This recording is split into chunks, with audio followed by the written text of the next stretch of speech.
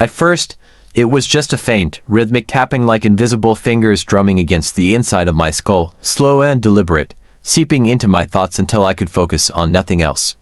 I lay stiff beneath the scratchy hotel sheets, my breath shallow, ears straining against the oppressive silence of the room. But the sound wasn't coming from outside. It was inside my head, a whispering murmur that grew louder the more I tried to ignore it. Finally, I couldn't take it anymore. I lunged for the phone on the nightstand, my fingers trembling as I jabbed the button for the front desk. The line clicked, and the receptionist answered with a sigh so heavy it carried the weight of 1,000 sleepless nights. Yeah, his voice was rough, irritated, as if I'd woken him from some much-needed rest. "Is there someone in the room next to me?" I demanded, my own voice sounding too loud in the thick silence. "I keep hearing noises, like whispering." A pause.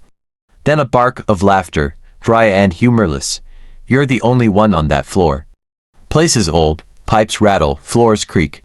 Go back to sleep." Before I could protest, the line went dead with a sharp click. I sat there, the receiver still clutched in my hand, a cold dread slithering down my spine. The room felt suddenly smaller, the shadows stretching longer, the air thick with something unseen. I forced myself to hang up and crawled back beneath the covers, pulling them over my head like a child hiding from monsters. But the whispers didn't stop. If anything, they grew stronger, layering over one another, twisting into something that wasn't quite human. A chorus of voices, none of them right. And then, worse, much worse, I heard my name. Just a flicker of it, half-formed, but unmistakable. I shot upright, my pulse hammering so hard I could feel it in my throat. My skin prickled with goosebumps, every nerve alight with raw panic. I fumbled for the TV remote, jamming the power button and cranking the volume as high as it would go. The screen flared to life with the garish glow of a late-night infomercial, the salesman's voice booming through the room. But beneath it, beneath the noise, the whispers slithered through, sharp as knives, cutting straight into my mind. I couldn't sit still. I paced the room like a trapped animal, my breath coming in ragged gasps. That's when I saw it, a slight, unnatural bulge in the peeling wallpaper near the headboard, as if someone had hastily pasted it back into place after hiding something behind it. I don't know what compelled me to touch it, maybe desperation. Maybe some primal instinct screaming at me to look, to know. I pressed my palm against the bulge. The paper gave way with a dry tear, revealing a jagged black hollow beneath. My heart pounded so violently I thought it might burst from my chest. I dug my fingers into the gap, peeling it wider, the wallpaper tearing like old skin. Inside, crammed into the darkness, was a mess of yellowed papers, letters, reports, photographs, all shoved into the wall, like a secret too terrible to throw away. The first thing I pulled out was a letter, the paper brittle with H, dated 1974. The handwriting was frantic, the ink smeared in places as if the writer's hands had been shaking. "Margaret," it began, "I don't know how much longer I can stay here. The walls, they watch me. I hear them at night, scratching, whispering. They know my name. They want me to see them." My hands trembled as I dug deeper. A police report from 1982, documenting the disappearance of a guest, from room 214, my room. Then, a Polaroid, the image faded but horrifyingly clear. A woman, mouth stretched in a silent scream, her eyes wide with terror, as if she had seen something unimaginable in the moment before the shutter clicked. Beneath it all was a rotting leather journal, its pages brittle, the ink bleeding in places. The name Clara was scrawled inside the cover. She had stayed here in the 90s, and her entries grew more frantic with each page. She wrote of the whispers, the shadows that moved when she wasn't looking, the feeling of being watched from within the walls themselves. The last entry was nearly illegible, the letters shaky and smeared, as if written in a frenzy.